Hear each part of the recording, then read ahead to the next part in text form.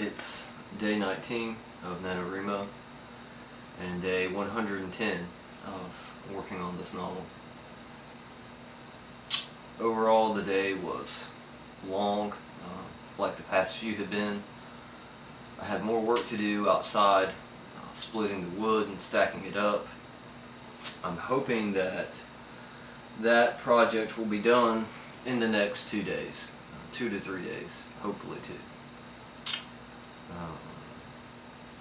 I started writing around 8:30. It went pretty well, all in all.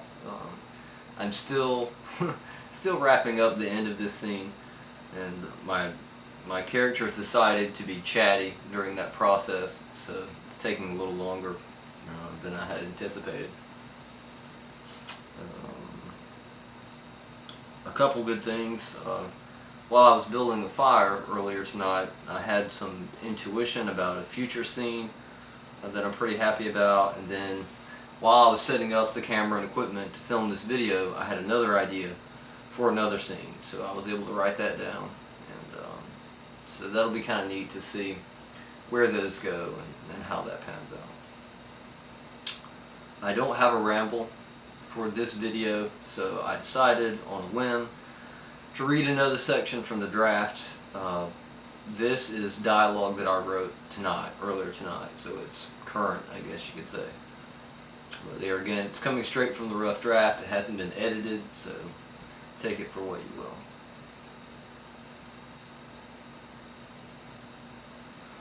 So let's get that started.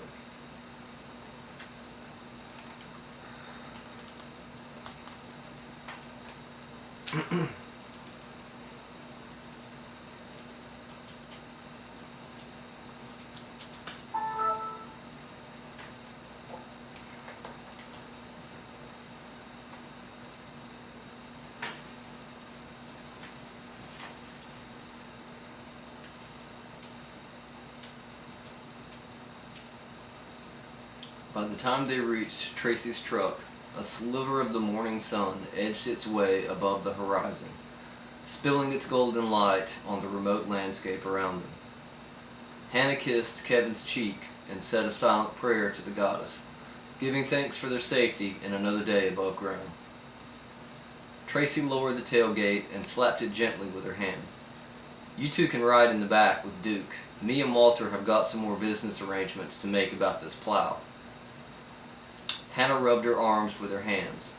"But it's cold out here," she said, pouting her lips for the full effect. Walter blushed and cleared his throat. "That's all right. No use in a pretty young girl freezing to death. I can ride in the back with the rest of the boys." Tracy waved her hand and laughed. "It's okay. She's a lot tougher than she lets on. The cold air will do her some good. Maybe blow some of that ash off of her too." "I was kind of wondering about that. It looks like you two have been working in a coal mine all day," he said. Hannah touched the bag on her side absent-mindedly and smiled. "The ash is a gift from the goddess. It helped keep us safe while we were trying to find you." "If that's the case, maybe I ought to take a bath in it too. Seems like we might all need some protection from these spooks." "This," she said, holding up the glass jar from the seat of the truck, "is all yours. Kevin can use it to keep you and your land safe." "Much obliged. Don't you two worry about vegetables. If we make it through the spring, I'll see to it you've got more than you can handle," he said. Tracy opened the driver's side door and sat down. "All aboard. Everyone hop in that's going with us. This train's leaving."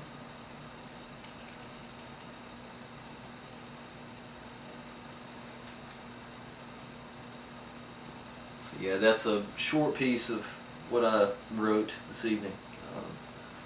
Like I said, the characters are in transition. They're going from point A to point B, and there's, let's see, 5 counting the dog. He doesn't speak, so there's a lot of characters in one space, and so it just seems natural to me that they're having this dialogue. So yeah, that's about all I have for this video. It's going to be short. I hope all of you are well. I hope your writing day went well. As I mentioned before, I have been trying to use Twitter a little more, so follow me back on there. Add me if you want. If you enjoyed this video, give it a thumbs up. If you're new to the channel, subscribe. Good luck with your writing, and have a good night.